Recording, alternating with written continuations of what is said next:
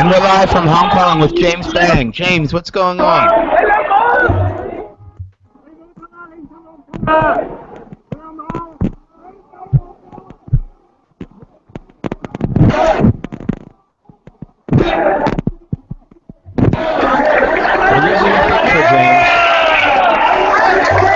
Theo, can you tweet it? I'll retweet it. Can you tweet it first? I'll tweet it, yeah.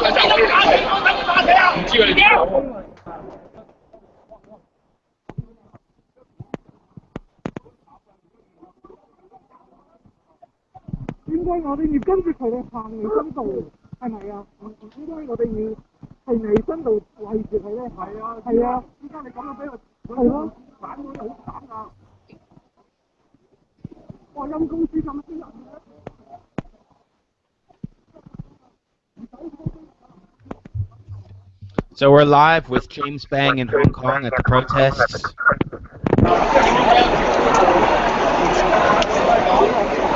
Like, out and clearing all day. And the protesters are getting ready.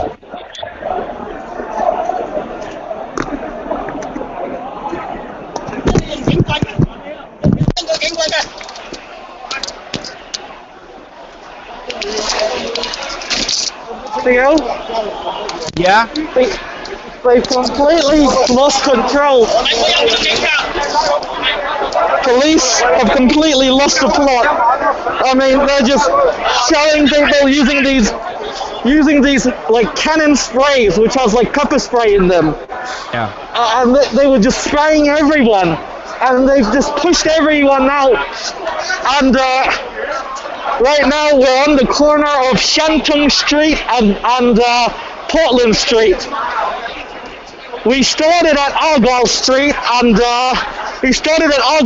and Portland Street, but police have pushed everyone down on Portland Street, and so right now they continued to be pushed down onto Portland Street, but we're right here on the corner of Shantung Street because we don't want them to advance and hit our main camp, the main site on Nathan Road, which is right behind.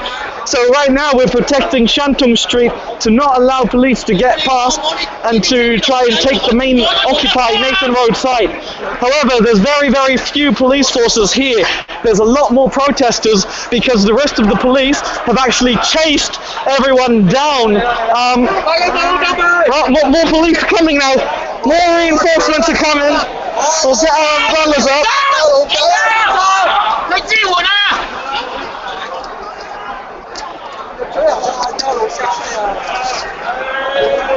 Police are coming. Don't panic.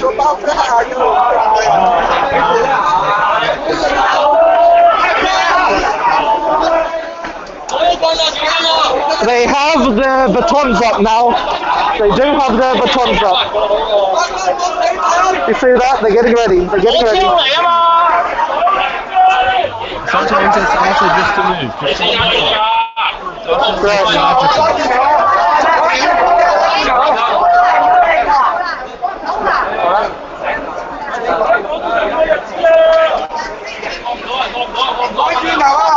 We've got our umbrella in front protecting us.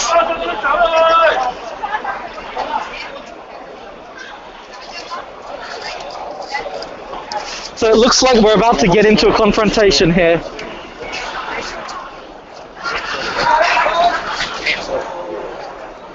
And we're just getting ready on the front lines to defend the front.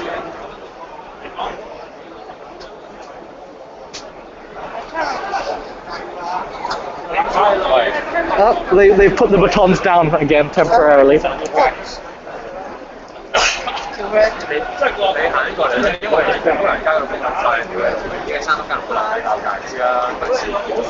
And just to note, the court injunction doesn't actually cover this street that they're on, Portland Street, Shantung Street. None of this is on the court injunction. So what they're doing here is totally not planned. It's definitely impromptu because they definitely failed at taking Portland Street and Argyle Street. Here they come now. There's a second and third reinforcement line that's coming in from behind. Here they come. People are getting ready now.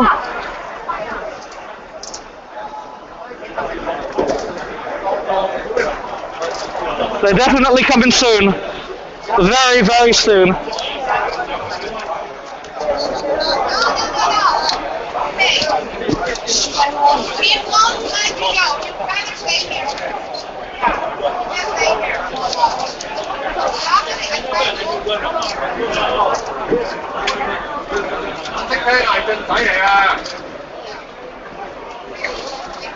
So they have their shields up too and their helmets. This is not good. Looks like a charge is imminent. A police charge definitely looks imminent. Well, either you guys can go away, or you guys can walk up the line and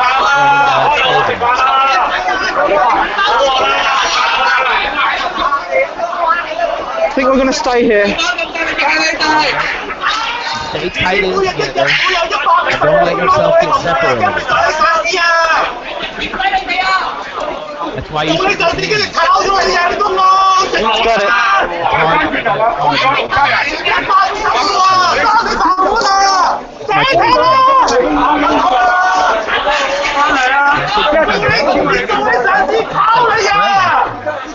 That's really good against the strength. Really. Yep.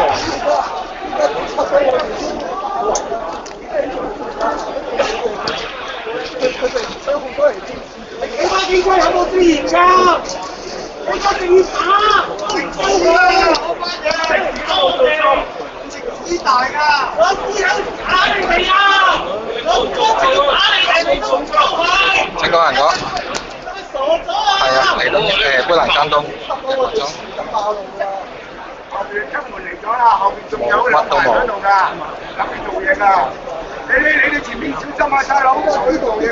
It's very, very tense right now. 我冇裝備㗎，我短打嘅嘢㗎嘛。寫字樓因為應該阿欣拎咗上車啊。你可以係啊，你聯絡翻佢哋啊，因為我成個大陸應該阿欣幫我拎咗上車。So we're just 唔好意思啊，你 waiting right now just to see what's going to happen. 收架車。But we're all ready. 楊教授，知道㗎。好，好嘅。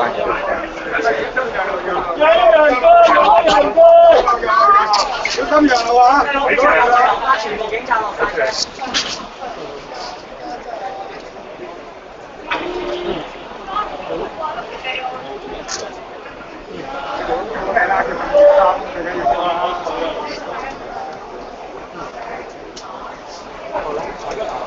過唔到啊！喂，唔好過啦，過唔到啦！封咗啦，差佬封咗啦！啊，你封咗就成千蚊冇啦！睇下準備有分啦！一轉頭啦，過唔到㗎啦！差佬封咗啦，唔使過嚟啦！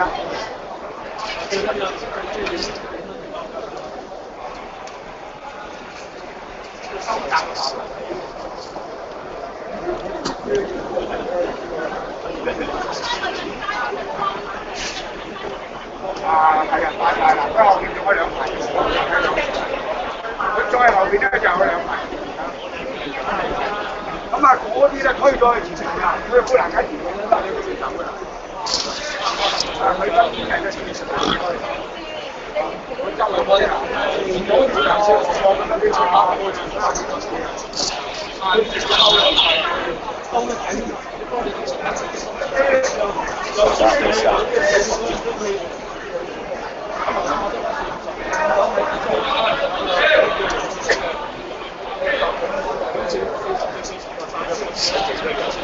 Oh.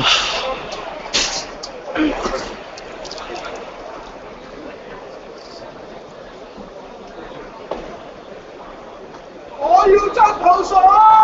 我要執口水！我要執口水！我要執口水！我要執口水！我要執口水！我要執口水！我要執口水！我發過口水！我要執口水！ What are you guys yelling?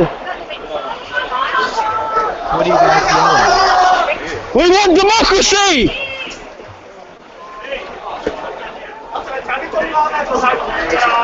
差佬無事！差佬無事！做你同事，做你㗎，得啦，你啊，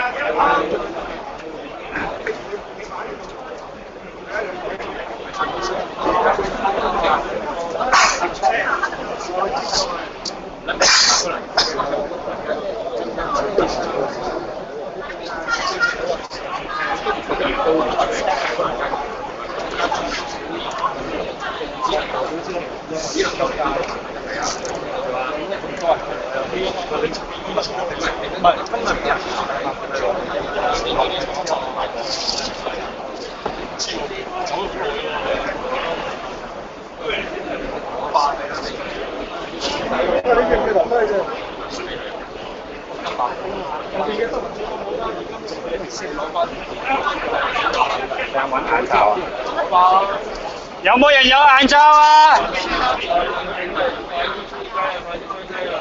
我要真普選啊！我要真普選！警察我同我班友賣命啊！請問邊個有多餘水啊？俾啲水用下。有啦，劉振英啦，佢打俾邊個？唔該你啊！我呢個人有。劉振英打咗打佢啦！警察可恥！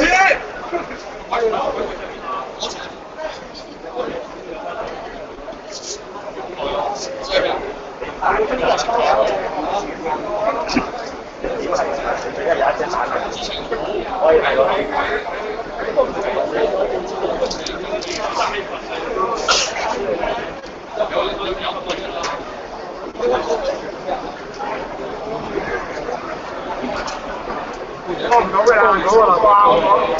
你個係真門就得，我有得㗎。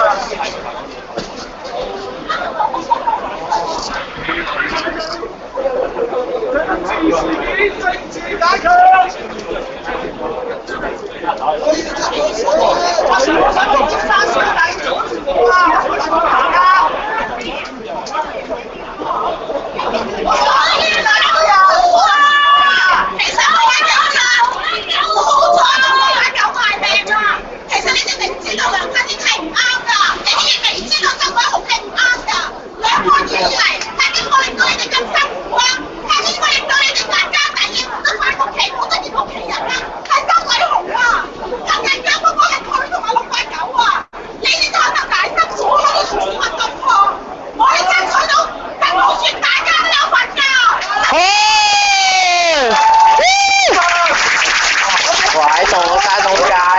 現場起碼有300個警力，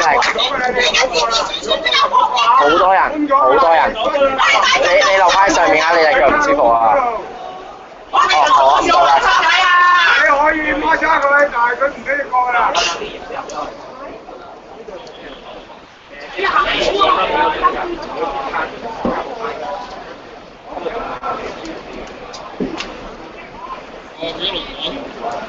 一路喺。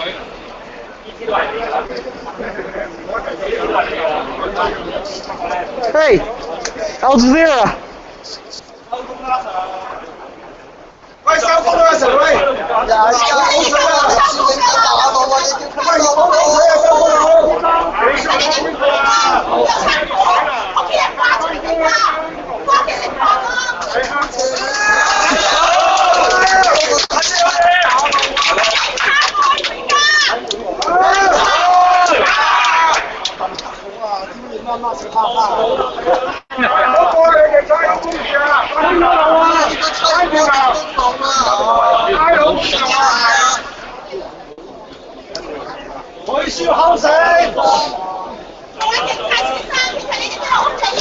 Sorry.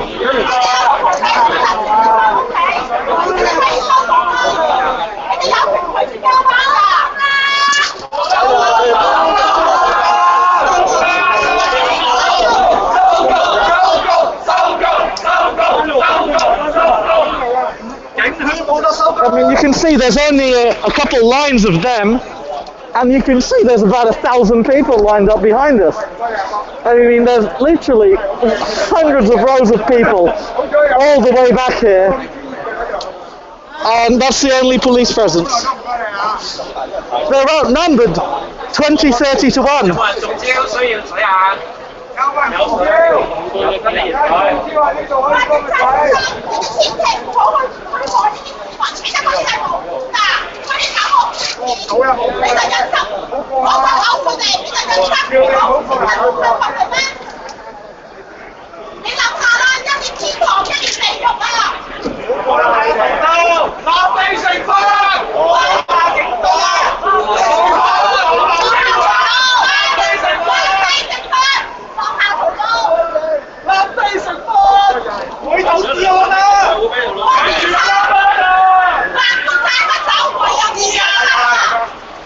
唔好再打啦！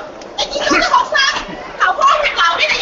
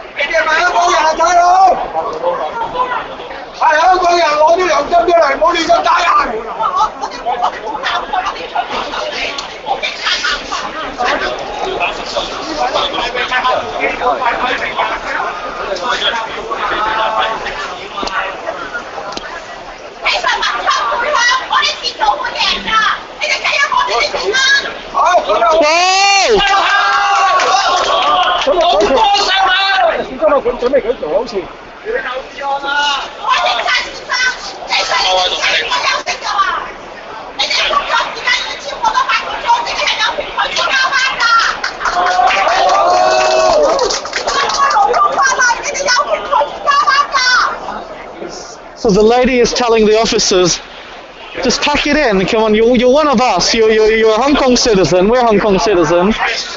Don't you want democracy? Your shift is up. You've been here over 8 hours. Just take a rest, put your weapons down, and come join us.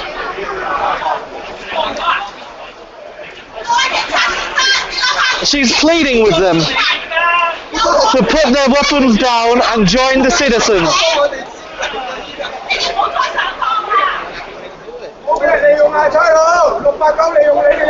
Right, and that's what she's pleading. She's pleading with the police to put your weapons down and just to join us. We are you and you are us.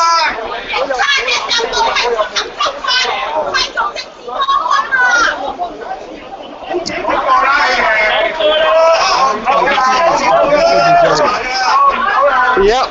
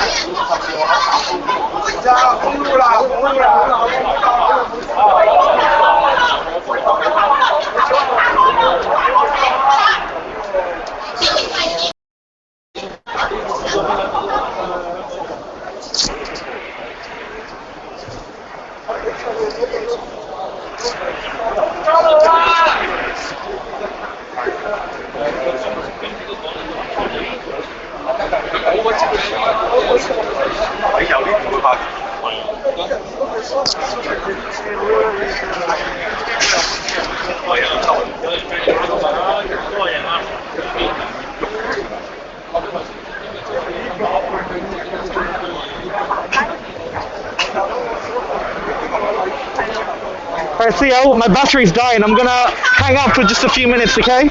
Okay, that's cool. Alright, thanks, Theo. Yeah. Alright.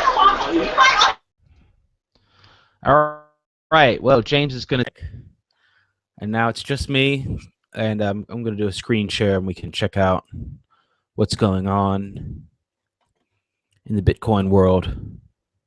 In the meantime, just a second.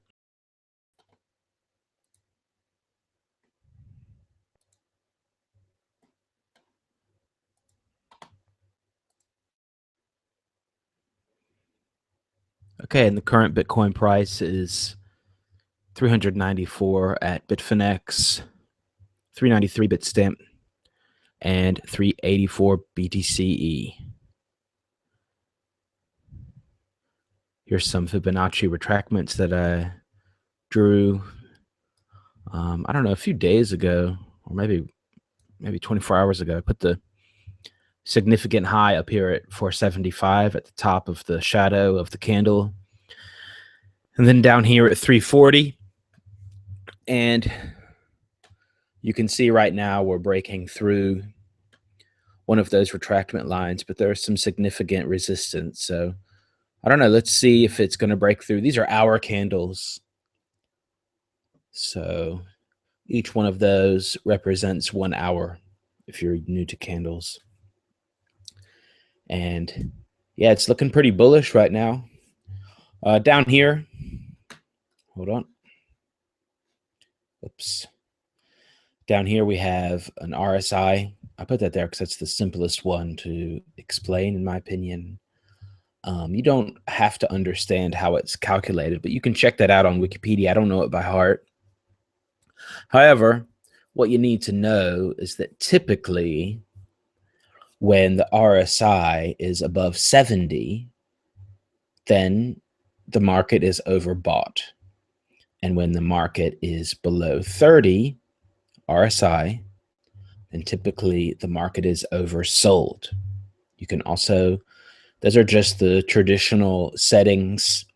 Some people use 80-20, some people use 60-40, whatever, but those are pretty standard way. And this is the hour candle. This is also going to be an hour RSI. So let's go over to the day one, and we're going to check the day candles, and you see that's going to look a lot different.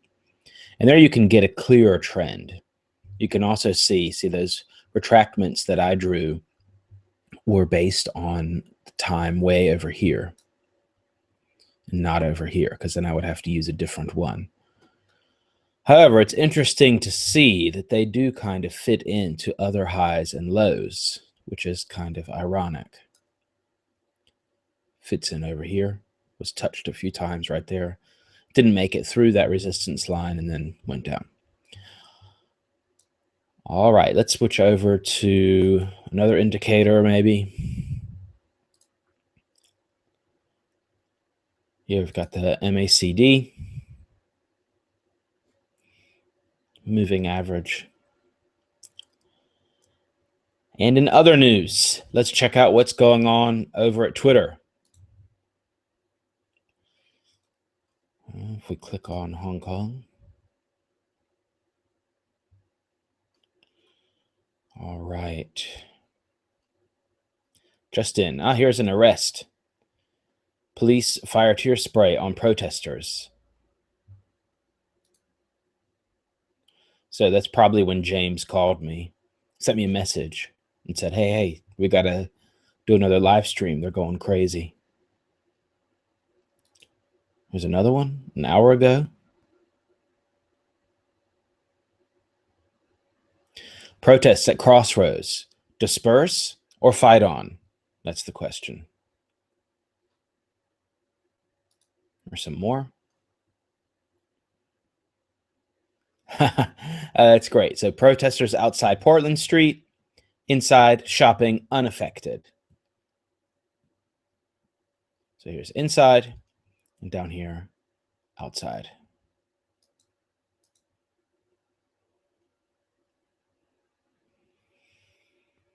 And we've got a report from the German media. Authorities in Hong Kong have demolished after charging battery. And we're back live. The protesters now have pushed forward, so where was a 2, 3, 5 meter gap, there's no more gap here now. The officers and protesters, you can see, are side by side. It's 8 o'clock, it's 8 p.m. now, local time here in Hong Kong. And the standoff at Shantung Street and Portland Street has just become more intense now, with the protesters marching a few steps more forwards. They have really closed the gap here between the police officers and themselves now at the moment.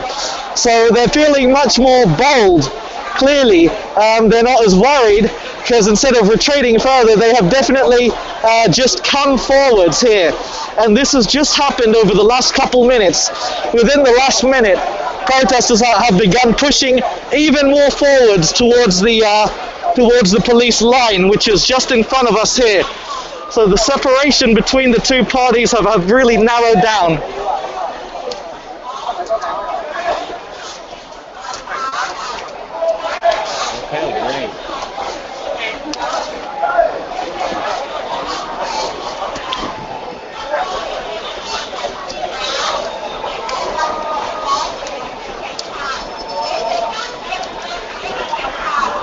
So Sorry. is there some significance to today? Is there something that happened? Well, today was supposed to just clear Argyle Street, but that's kind of spread onto the rest of the other protest sites here in Moncton. So originally the plan was to remove the barricades on Argyle Street, which is down on this behind this street here.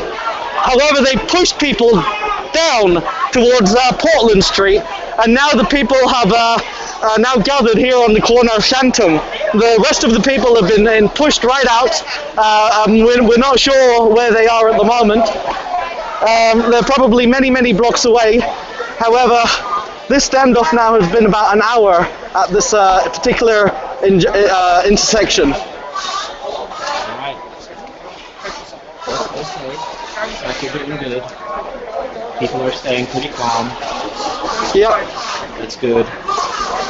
Things are relatively under control. Yeah. Well, relatively under control for having the police with helmets and shields and batons right next to you. Yeah, I know, like 10 centimeters in front of me. Right. Yeah. For that under control. Wow, you can film each other now. We're filming this guy filming. Yeah. So this is what the front line of the protesters look like. They all have their umbrellas and the helmets.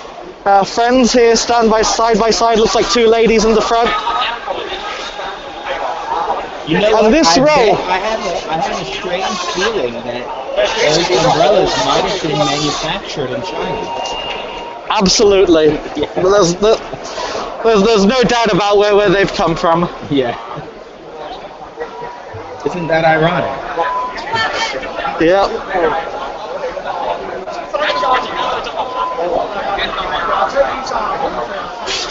I mean, it's the first time I've seen journalists with gas masks, you know. Yeah, right. It's pretty crazy. Normally we just wear normal masks, but you know, today people are actually putting on full-on gas masks and everything, the whole 9 yards today. It's definitely the most intense it's been in many weeks here in Hong Kong. Like you say, it's funny, this is happening the same time it's happening over at Ferguson. It's almost like both things are going on at the very same time. Yeah, I think at the opposite side of the world. I mean, it's by chance because nobody knew a long time ago about what the jury was going to say. Right. But that's really ironic. I tweeted that maybe the Hong Kong police took a look at what the police were doing in America and thought they needed to catch up. Yeah. But behind me, there are literally about 1,000 protesters behind me. So there's rows and rows of people. And in front of us, there's really not, compared to the people, there's really not many of them.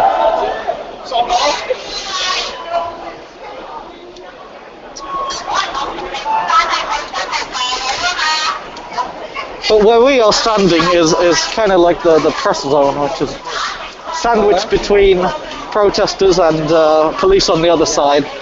You know, press is always in the middle. You can see on the other side as well.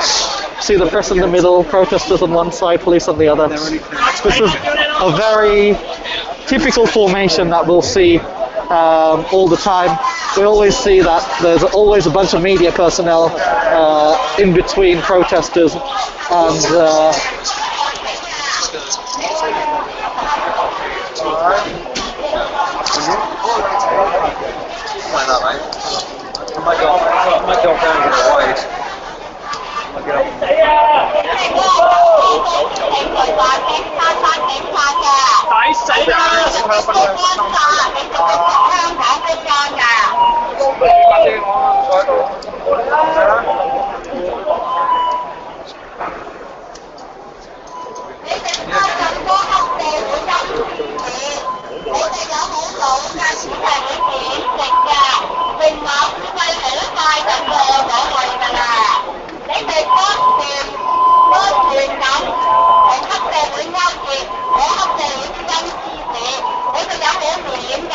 I've got my back at the moment.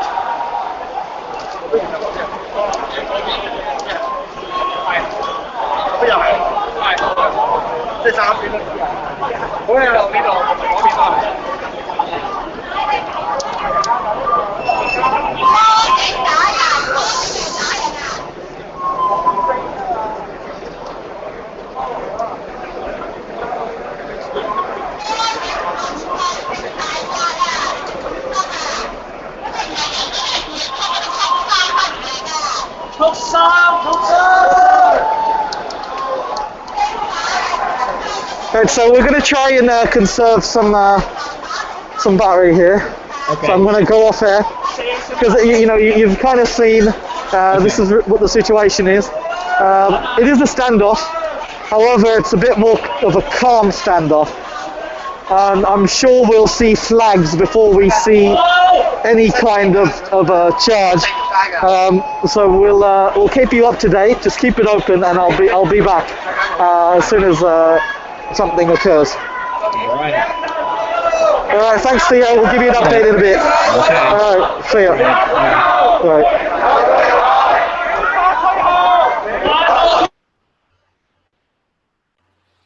Okay, so James is going to recharge his battery a little, and I'm going to figure out if I can maybe he wants me to keep this open, so I'm going to. Let's see what I can do here. Just a minute.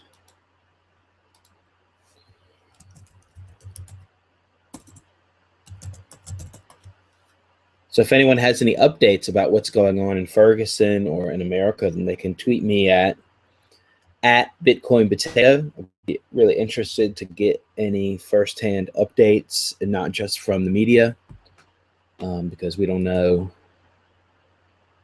They tend to hyperboil a lot of things, and same thing on Twitter.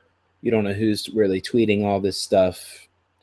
If the pictures are from another riot or really from Ferguson, you have to really think about it, because, in the past, people have tried to hype, each side, one side or the other side up by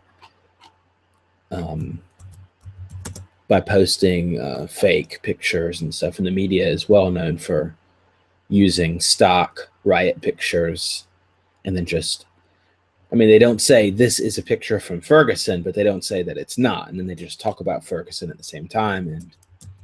And yeah, that's not cool.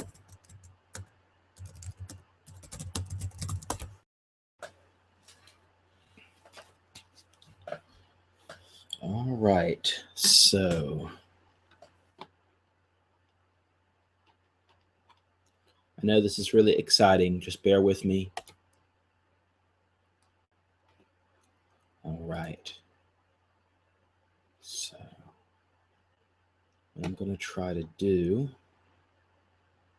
is see if I can play a YouTube video in here with the sound. And I'm going to have to I've never done it. So we're doing live improv here.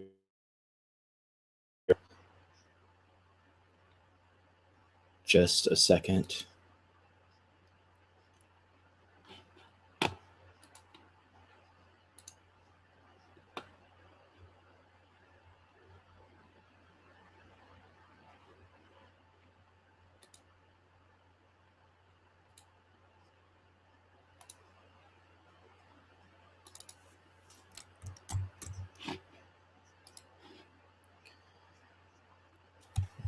So if you guys can hear this, then it would be great if you can tweet me. If you can't hear the sound, then let me know.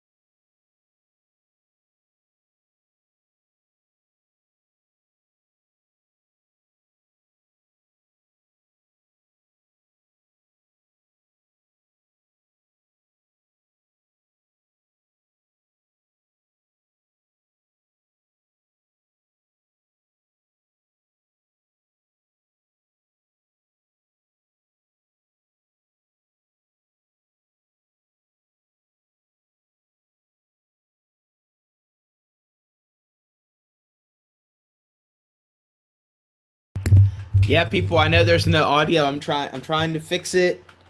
I don't know how to play YouTube videos in there with audio. It's just not working.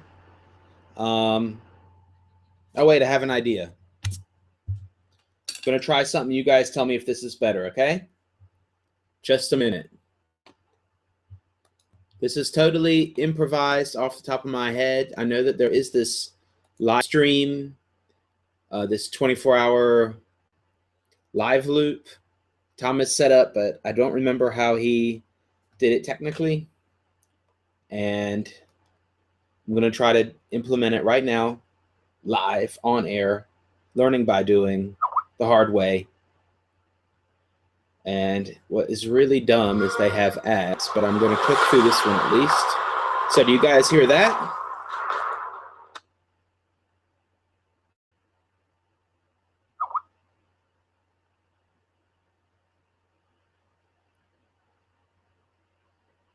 Come on.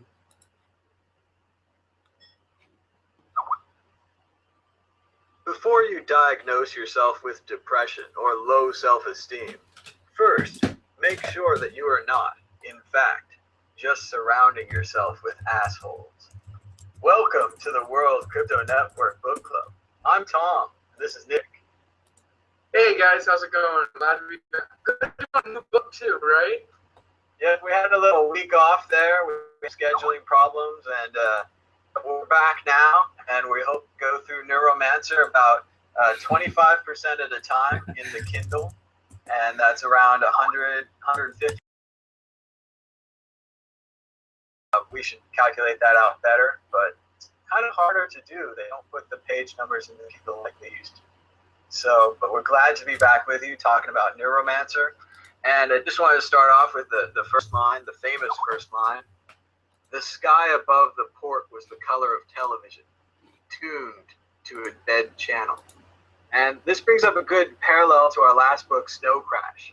You might right away think that port means, sea port, also computer port. People come in and out of the matrix, the place, the connection between the virtual world and the real world, or the default world. And having the sky be kind of the color of snow crash, the really, and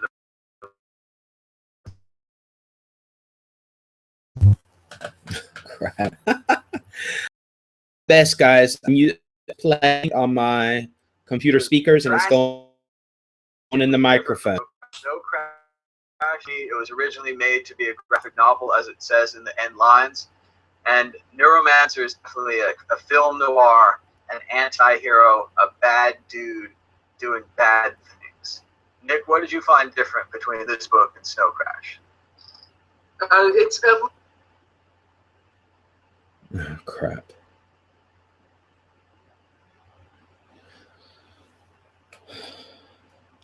La la la la la la. a little slower in his setting things up, especially getting in between dialogue and the movement between characters, and when they're talking. Like in Snow Crash, people will be doing a lot of stuff while having a conversation. In this, it's kind of more mellow, and everybody's kind of absorbing a situation while having a conversation. And one of the things I like too is he gets into some specifics in what are things you wouldn't think are important, but like we were talking about offline before, how he talks about the 3 murders he did, but it was just brushed off, it wasn't even a thought. It was a sentence, and then boom, into some other different detail in the book, and never go back to that. You know what I mean? You completely forget, because you start to root for Case, because Case is a programmer, he's a hacker, he wants to get on the internet. You're all rooting for him, but at the same time, in the back of your mind, if you remember that one completely throwaway line, he's like, I killed 2 men and a woman, which is just really dark. But he's down on his luck. He's addicted to drugs. He's on speed or something like that. And his main problem is that his last employer put some kind of an anti-internet drug into his system, and now he can't get back into the matrix. His system, nervous system, something like that. There was a mycotoxin, a micro. Go ahead. It's a microtoxin. I mean, it's a toxin in a system. He can't properly operate the deck that puts you into cyberspace, into the matrix, into the computer world. So all of his old skills are worthless. He was a great hacker. He was a kind of a computer programmer, if we want to say that. And now he's just a junkie on the street. And he's pretty much going from bar to bar, drinking it up, looking for drugs, and kind of trying to get himself killed, it seems. He does a year here, and still he dreamed of cyberspace. Hope fading nightly. Like, beautiful language with Gibson. And like you said, Nick, descriptions are much heavier, a lot more detail into the clothing, the type of buttons, the types of snaps. In later Gibson novels, he talks about fashion to a great degree. He has an incredible eye for detail, and all of those details add up to make the character. So I guess we should probably just start and go through the characters. Who have we got? We've got Case, that we've been talking about. Case is the programmer, and he's running around. He's the console cowboy. I like that nickname. Yep, console cowboy. So he was damaged with Russian mycotoxin. Here's a good highlight that I have. His total assets were quickly converted to new yen, a fat sheaf of the old paper currency that circulated endlessly through the closed circuit, like the seashells of Troberland Islanders. It was difficult to transact legitimate business with cash in the sprawl. In Japan, it was already illegal. If the Bitcoin money, cash money, is illegal. And it probably is too easy to copy. There's way too many copies. Yeah, the other thing you see a lot in this, here's a line that says, in the first month, he'd killed 2 men and a woman over sums that a year before would have seemed ludicrous. So it was over nothing. It was over like no money. Probably maybe a disagreement, maybe a hit. I don't know. Maybe he was getting paid by like a disgruntled lover or something to go and off people so he could get a fix. Unbelievable. And just, yeah, it shows you the level of darkness that we're dealing with here. It's not all light and fluffy like Snow Crash. It's a much different novel. Oh yeah, way different. Yeah, just a lot more detail into like the little things and what's going on. So he's in love with his ex-girlfriend, kind of Linda Lee. They're both kind of addicts, and he's thinking about sleeping. Let's see. There's one of the Case's primary insight into the dynamics of street dealing was that neither the buyer nor the seller really needed him. A middleman's business is to make himself necessary evil. So he's just a middleman in the drug business, and he knows it. He knows that it's pointless, that he's not useful, that he's not irreplaceable, certainly. And it's just, he's on a downward spiral. So, yeah, they already have their peer-to-peer transactions going on, right? They don't need a middleman to sell their drugs. Yep. And it's also clear that he's hooked up with a lot of bad people, and there's a lot of body modification going on. Already in the very first scene, the bartender has a robotic hand. There's people where the author's describing their choice to be ugly, that a lot of people get the generic plastic surgery and they look pretty good, and then there's other people who don't do it and even go away getting kind of grotesque plastic surgery, or in the bartender's case, sticking with an old robotic arm instead of one. So very much the mixture of human and electronic, human or robotic culture is definitely happening in this society. Oh yeah, especially now they have those new 3D printed robotic hands that they just printed one for like some girl or something. I remember reading an article. That's pretty crazy. That was awesome. They also have a dolly clock hung on the wall between the bookcases, its distorted face sagging to the bare concrete floor. Its hands were holograms that altered to match the convolutions of the face as they rotated. Incredible detail.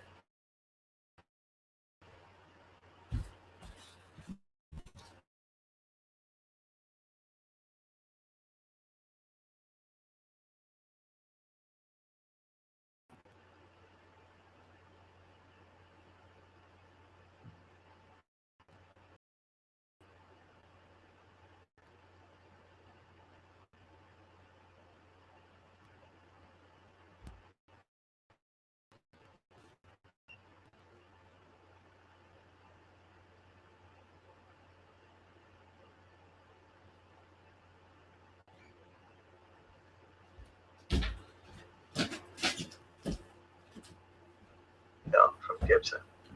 It really adds to the whole flavor of the book, just the way you're moving through it. Let's see.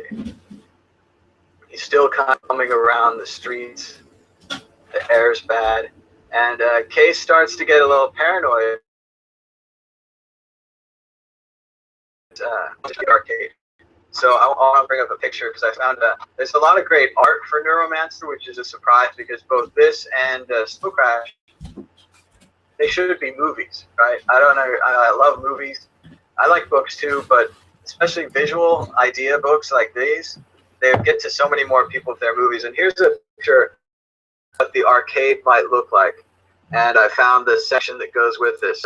It says, he's walking by the arcade and the lights are just incredible. And he says, someone scored a 10 megaton hit on tank.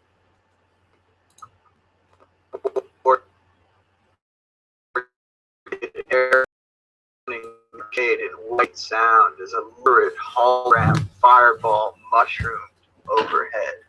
And you can see in the picture of a mushroom cloud in the center there. So just incredible arcade culture. A really cool piece of art, Tom. That's awesome. Whoever did that. That's a first page search for Neuromancer on the old Google Images. So not a lot of work, but I saw it and instantly, like, I hadn't even thought of that the arcade would be so, kind of Wii-like, so virtual reality. I was kind of thinking, old-fashioned arcade machines like Missile Command, has a lot of explosions and bright lights. So pretty soon Case is moving along and his girlfriend kind of sets him up. She does this thing where she says that the certain guy is trying to kill him, and this pretty much gets in his head. And then he sees a woman who has, quote unquote, a glint of silver across the eyes.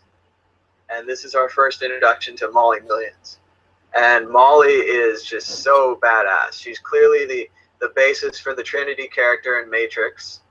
Both of them have silver sunglasses on Trinity, but with Molly, the glasses are actually built into her eye sockets. So she has just sockets of silver, which are, of course, hooked up, and she can have, like, the heads-up display.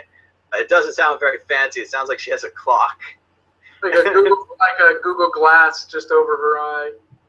Yeah, very much Google Glass, like her entire eyes. You can never see her eyes. I don't think in the entire book series she's completely silver-eyed, but at the same time, just a major character. So Case is running around. At one point, he's trying to sell, quote, 3 megabytes of hot RAM. So he's selling RAM. He can't get someone to buy his RAM. He's having a rough time, and he gets a rented pistol. So he rents a gun for an hour. And I don't know how you expect to get the gun back, like the person has a gunfight. It seems like a really bad business. But the rent-a-gun for an hour thing seems to work. He scares away the girl, and then he talks to Wage, who was the guy he owed money to, who he thought was going to kill him. And Wage is like, I'm not trying to kill you. So it doesn't make any sense. And at the same time, he's chased by another person, which is Molly Millions. And he finally gets a close-up, and he says, She wore mirrored glasses. Her clothes were black. The heels of black boots deep in the temper foam. Because she's in, he lives in kind of a coffin hotel room, which is something that I'm not sure was real at the time, but is definitely 100% real now in Japan. You can go sleep in like a sleeping tube, like 2 hotel rooms because they have an incredibly small island over there, not a lot of space, and this kind of tube hotel room is actually economically feasible. And she shook her head. He realized that the glasses were surgically inset, sealing her sockets. The silver lenses seemed to glow from her smooth, pale skin above her cheekbones, framed by a dark haircut in rough shag. And we have another picture. This is kind of the cover from, I think, Mona Lisa Overdrive, but it's a nice picture there. Let's see what else. Nick's got a picture. Aha, Tube Hotel. Yeah, look at that. That would not... I mean, I guess it's doable. You could pretend that you were in space, maybe, like a space capsule, like maybe just for one night. But boy, it would be... If you're working across, maybe you're working like 100 miles away and you just need a place to, rest your head for you know, a few hours. That could be pretty good. You know, cost a couple bucks. You don't got to spend, you know, 30, 40 for a hotel. Yeah, just for me, it's always like, what if it gets locked? What if I get stuck inside? What if there's an earthquake? I don't know, it's so small. But I guess if you just go in there, go to sleep, it wouldn't be that bad. I mean, pretend you're in outer space, maybe. Case is living here, so he's spending day to day there.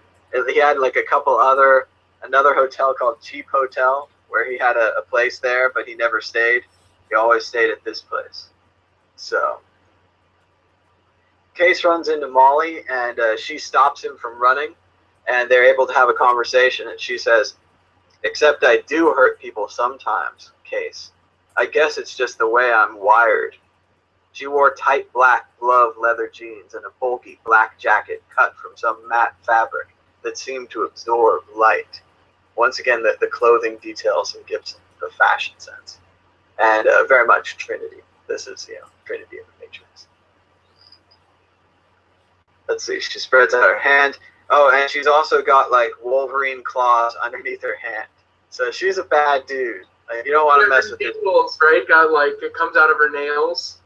Yeah, she held out her hand, palms up, the white fingers slightly spread, and with a barely audible click, 10 double-edged, 4-centimeter scalpel blades slid from their housing beneath the burgundy nails.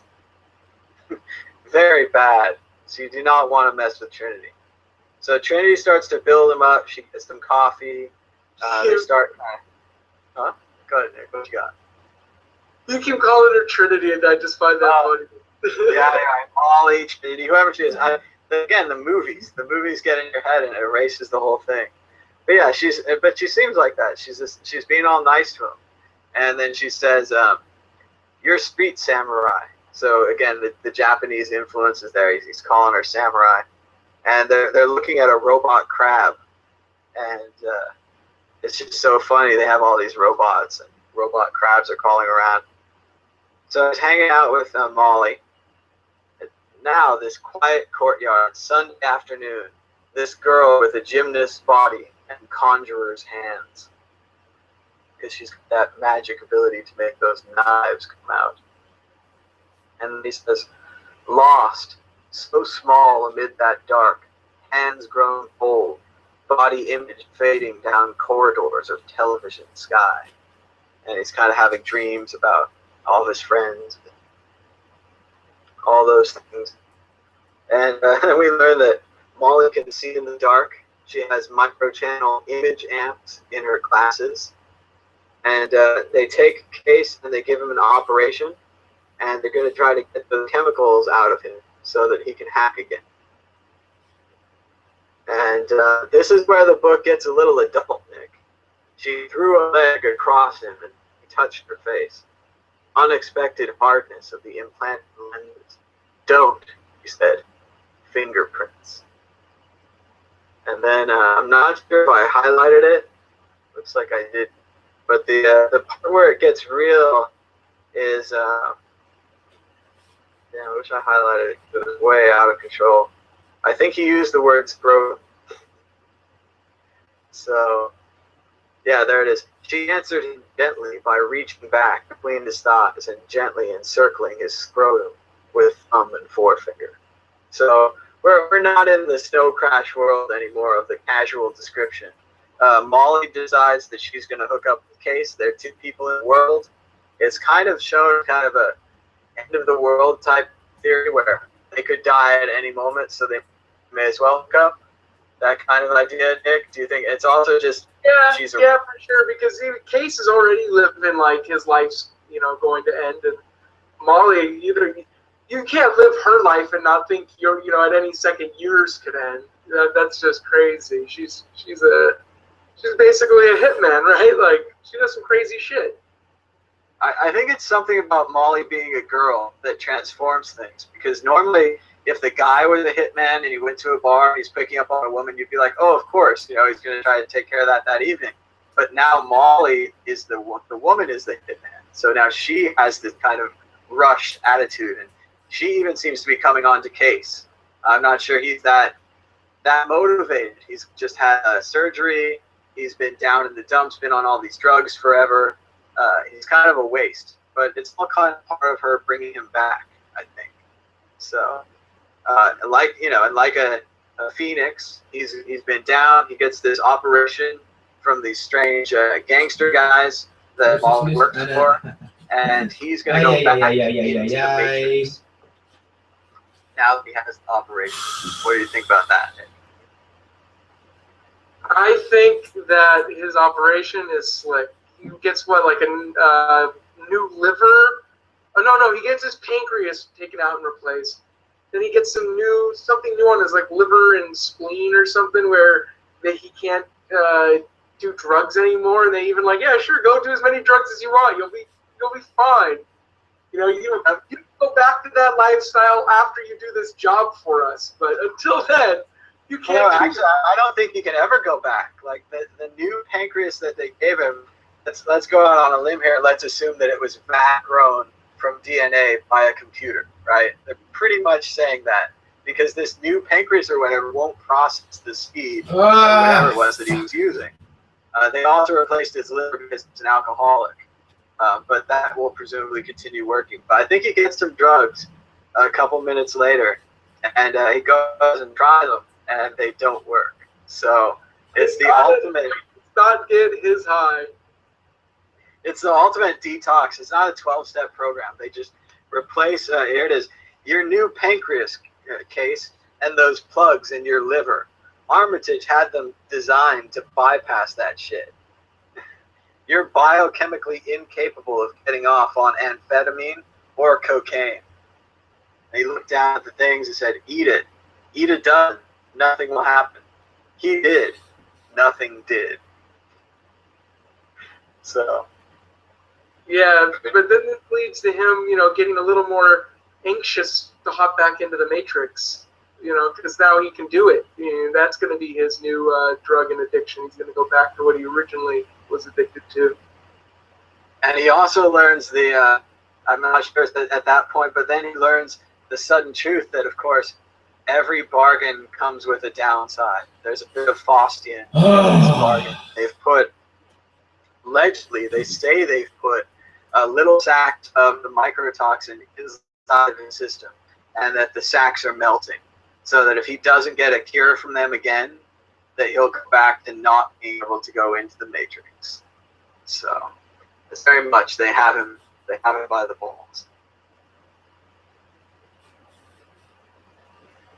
Throw it back. But he says 7 days, and he'd jack in. If he closed his eyes now, he'd see the Matrix.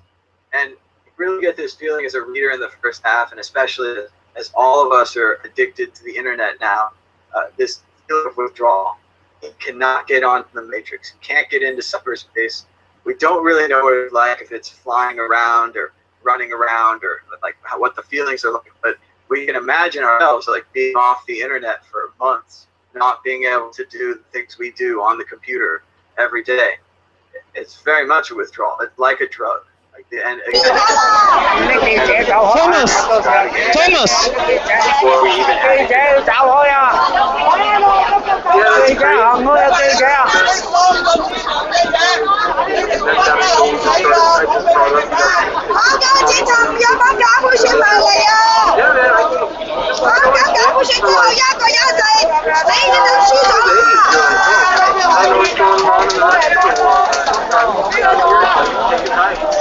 Even today, like I was having such a good time looking at Reddit and getting all the reaction, and you go away for a couple hours and you're like, I wonder what's going on the internet without me.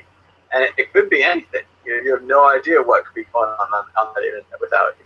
Sentiment completely flipped. Everything could have gone to shit in the 30 minutes you walked away. You don't know. It's the internet. It moves at whatever speed it feels like. Oh, and with Bitcoin, the announcements, the news, the whole company's changed. Like a couple days ago, Butterfly Lab, poof, no more. All these things. You have no idea what's going to happen. So pretty soon, they're leaving the place where they were in kind of a Hong Kong, Japan type area.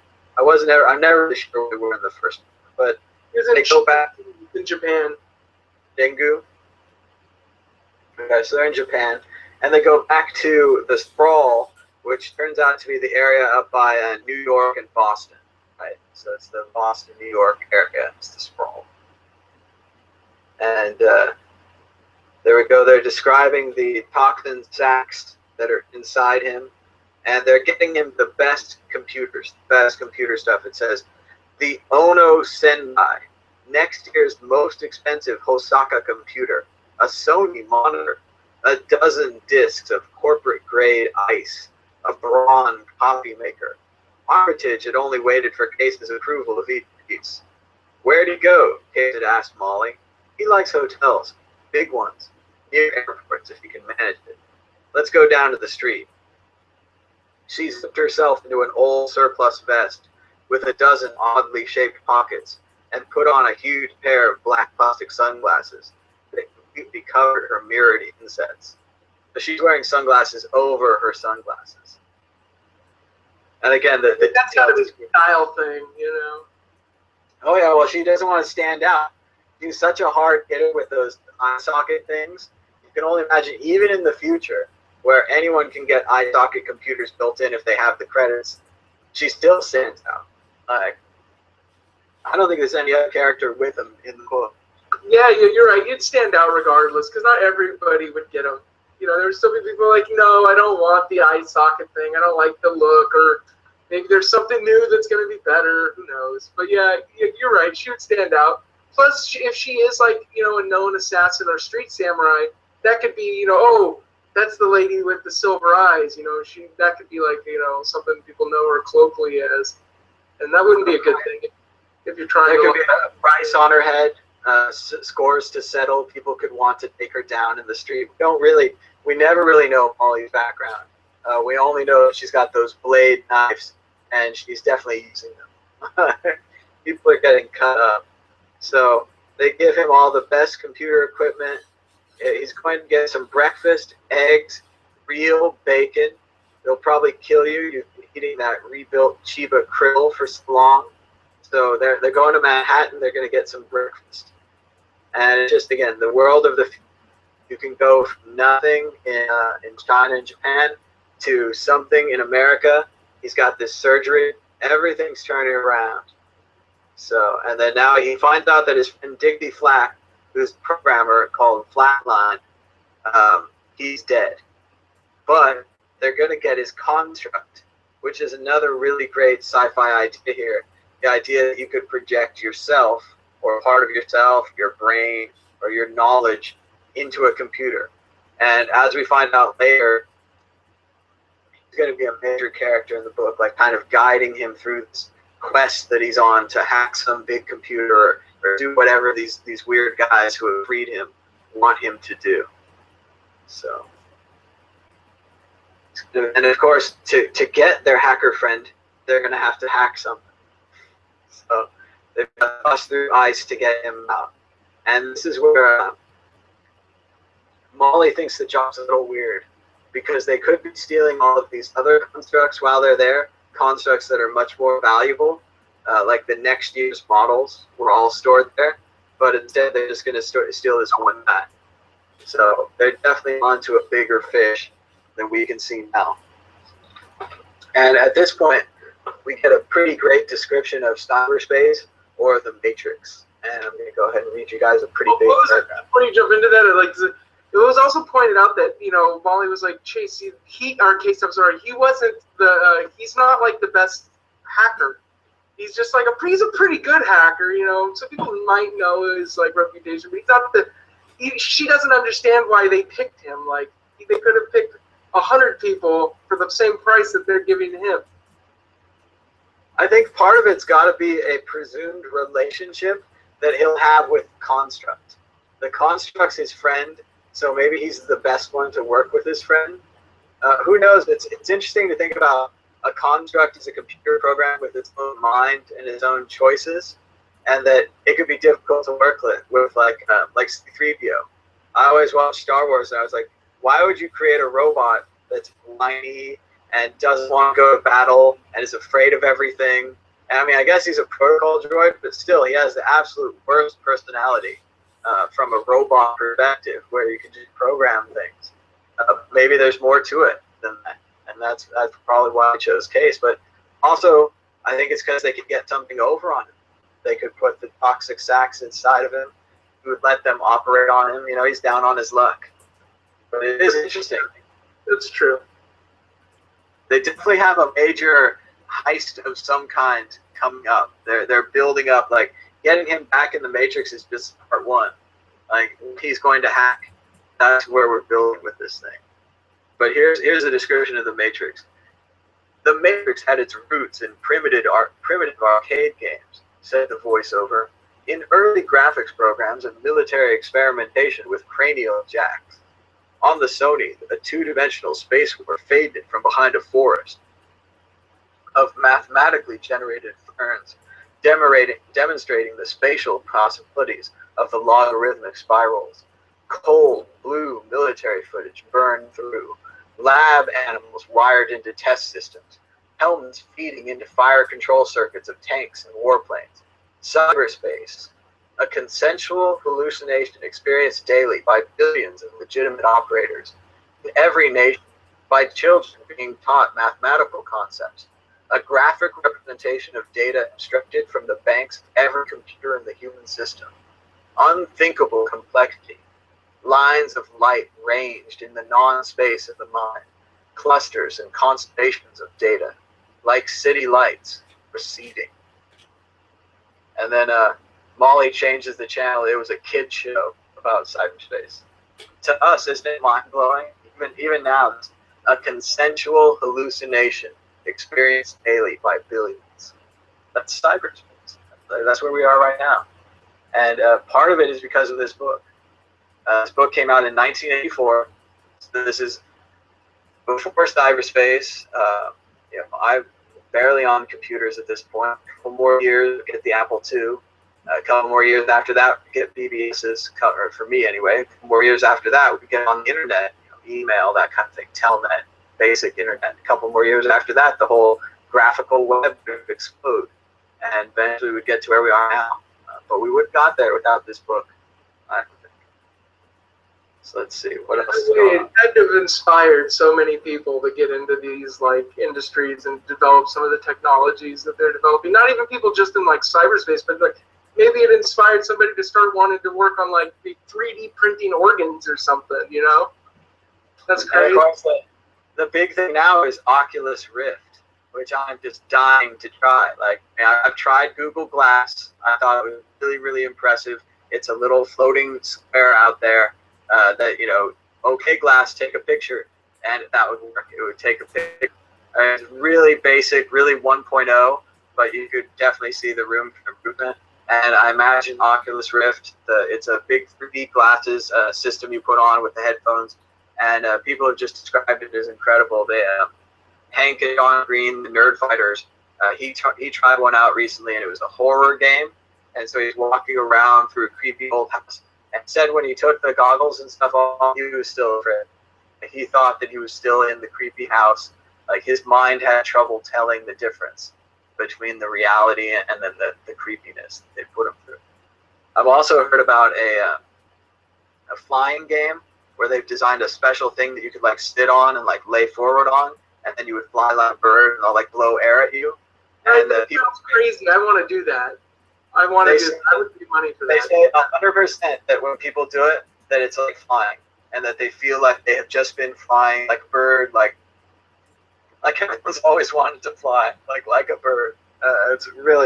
It sounds really cool. I mean, the closest thing I've got is at Disneyland. They have that one of those new rides where you ride a glider, and so you sit in like a hang glider and put a big screen in front of you to blow air at you. They spray water at you, but it's so much more primitive than these goggle systems, because the goggles are really, as you watch the people trying it, and they look up in all directions. They really do experience a 3D reality in all directions. And they had one guy recently who did it, and he fell right over backwards in his chair. He had like a bad chair, and he just went right over backwards because he was in the 3D world. And that's both creepy and exciting. So I think it's awesome. Tom, I'm with you. I want to do the bird game. I saw that video and read some of the articles on it. That sounds like so much fun. And you could tell the people that were in it, they wanted to do it too. Like, they designed it because they wanted to do it. They made a whole special ride-on thing. It probably vibrates and stuff. There's all kinds of things you can't even imagine. I'm sure they have air blowing through or some kind of thing. But yeah, they definitely say it was like flying. And yeah, Oculus Rift is on my list of things to try.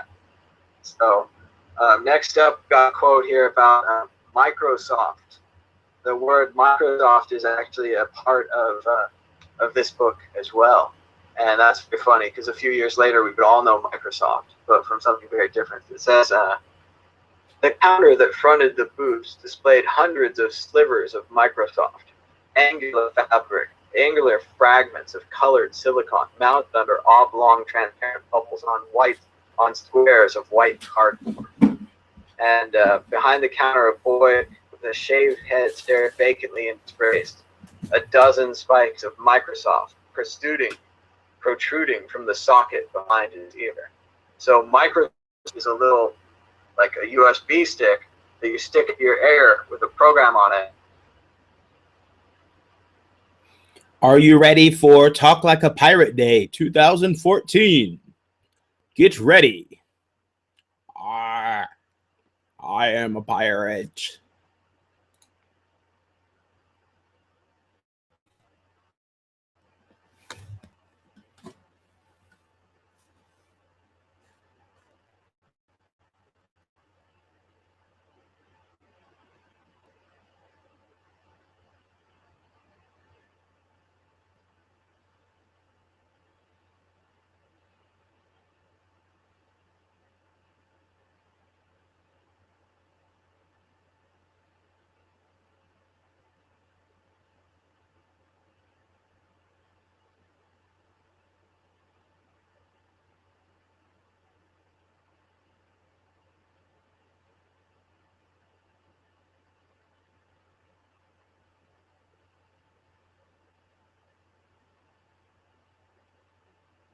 Looks like it skipped the pirate video, but that's okay.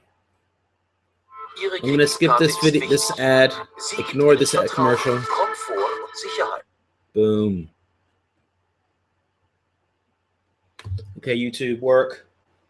Good morning, Bitcoins. We're joined by Tatiana Moroz live, who just performed at the San Francisco Bitcoin meetup. How's it going, Tatiana? Very well. Happy to be here on the West Coast. Very cool. It's great to have you on the right side of the country for once. Yeah. Tried to catch up with you in Pork Fest, but you're just way too fast. I know. I had to go. I had the Libertarian Party National Convention out in Columbus. I had to leave early on Thursday, so. Just weekend after weekend, just booked after booked after booked, just event after event, right? Yeah, well, I'm in San Francisco until the 30th, and I think I have 6 different times that I'm performing, so. Only 6? That's pretty good. Yeah, I think, over 2 weeks, yeah, I think that's just about enough. I got, a lot of stuff with Bitcoin Magazine going on, so it's been very, very busy. Very cool. I very much enjoyed tonight's performance. It was excellent. Thank you. Thank you. Sorry the crowd was a little out of it. They all have to do their networking. They're pretty serious about, the talking nonsense. I don't know. Really, I actually thought there were a lot of people in the front that would just stay through the whole thing. I thought there was a pretty good connection. I know people are talking in the back, but I kind of expect that. It's a meetup. People want to talk about Bitcoin. And I don't know. I was happy to have everybody's attention. It went much better than I thought it was going to go. It's different for me. I would just yell at the people in the back if they weren't listening to me. So yeah, the front people were very good, but yeah, the back people were networking as they're wont to do, and you can still hear them networking in the background behind us. Dozens of co-founders meeting with dozens of other co-founders to exchange about companies to co-found in the future. It's very exciting over there. I think at any of these things, it really, I know it sounds almost like you're kidding, but it's true. People are really making big moves, and the space moves so quickly, from week to week, from month to month. There's a lot of really interesting collaborations happening, and I'm learning a lot just going from place to place. I'm still not, Bitcoin master, but I'm learning a lot. There's always something new. Did you know, for instance, when your Bitcoin sends from account to account, it actually empties out the account? It sends all of your Bitcoins to the person you send it to. Then it sends the change back to you. Wow. No, I didn't know that. That sounds a little scary. It's a little scary, and it's why whenever you send money to someone, they know how much you have in your account. because it sends it all to them, and then it sends the change back to you. It's just part of the way it works. It's really cool. Interesting. Yeah, I mean, I need to get up on the security tip. So while I'm on the West Coast, maybe even you can join us. Me and Ryan from Bitcoin Magazine, we were going to do a little video about how to keep your coins secure. And I don't know. I think that stuff, even when you read it list by list, I don't absorb things very well. So I think a video might be helpful. And even if nobody finds it helpful, I'll get a free tutorial. So there's really only one way: paper wallets that you generated while you're offline on a secure operating system that booted from a CD or a USB key. There's really nothing else. Like, a lot of people are trying, there's a lot of encryption, but if you have a keylogger on your computer, they're just gonna copy your password. You're just constantly typing in your password for other people to see it. And the beauty of a real paper wallet is that the key on that paper wallet has never touched the internet. It's amazing to think about, but you can generate Bitcoin wallets while you're not on the internet. I don't understand the math, but it's something like the amount of grains of sand on a beach multiplied by the amount of stars in the sky, and that's your Bitcoin wallet. And that's how you do it. You lure them in with poetry. Literally, you gotta trick them. Well, actually, that was super complicated. So have you actually done this? Absolutely, I've done it, and I've videotaped myself doing it twice.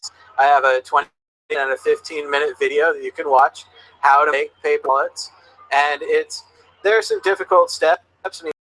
With the operating system, you have to reboot into the operating system.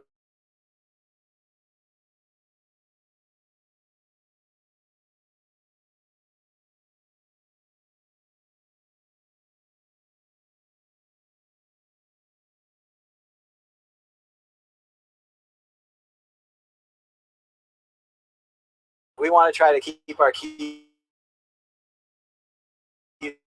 off someone really computer. There's a pretty good chance that you're offline. So then you could create these keys, then you could send your money to them, and then your money could truly be safe. That's horrifying.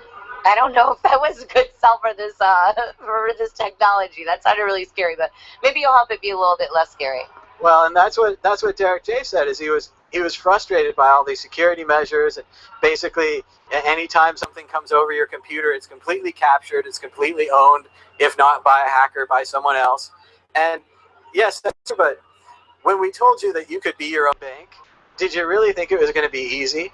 Like, being your own bank requires responsibility. And that's what we're talking about. If you have more than 3 Bitcoins in one account, you're a target for hackers. You have to look at this from a hacker's perspective. How much time are they willing to waste trying to steal your money? Now, I agree, in the past, your computer would be valuable to a hacker. You'd have some Word documents, you'd have some spreadsheets, some personal stuff, but generally no one cares, right? But now, we've taken all those beautiful unpatched Windows machines out there, and we've put money on them.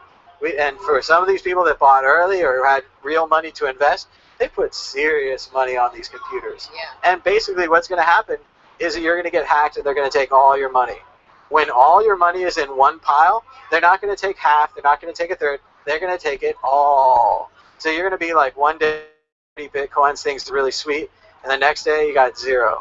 Unless you split them up into piles, unless you split them up into paper wallets, unless you, even just using 2-factor authentication is a good start. If you use the Google Authenticator or Authy app, if you just use email, if you use text messages, there's a very good chance that those could be hacked. The email account, if you don't have 2-factor authentication on your Gmail, and essentially, yeah, I'm suggesting you should use Gmail, at least for this, because they have 2-factor.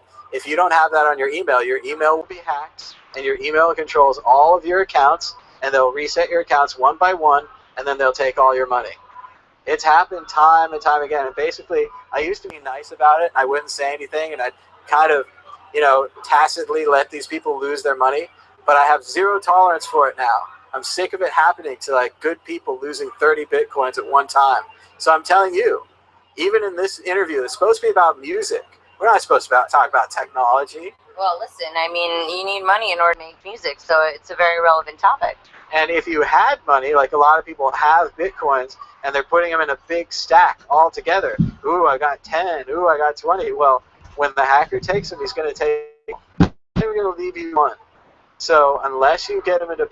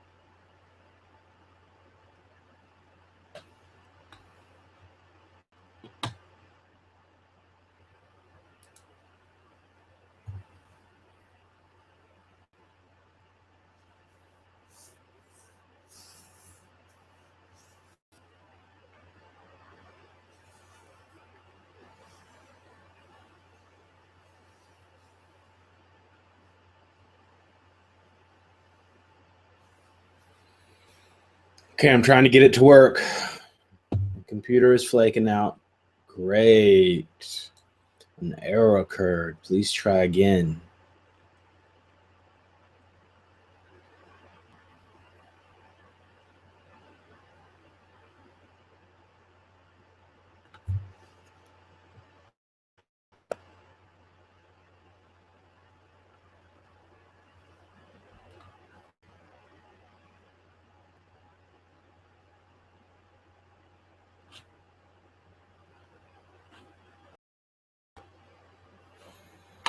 All right, people, I think I'm going to close this stream. It's just not working out. Thanks for staying tuned. Let's see how many people are still watching this. Anybody?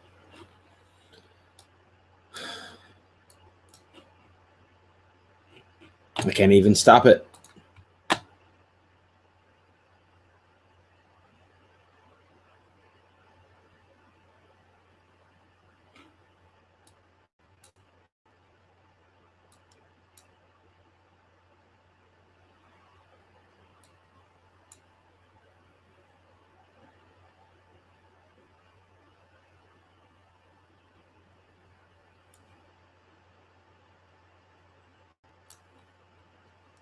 I think I'm just going to wait and see if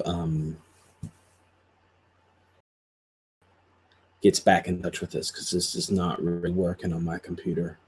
Sorry about that. Oh, shit. Sorry.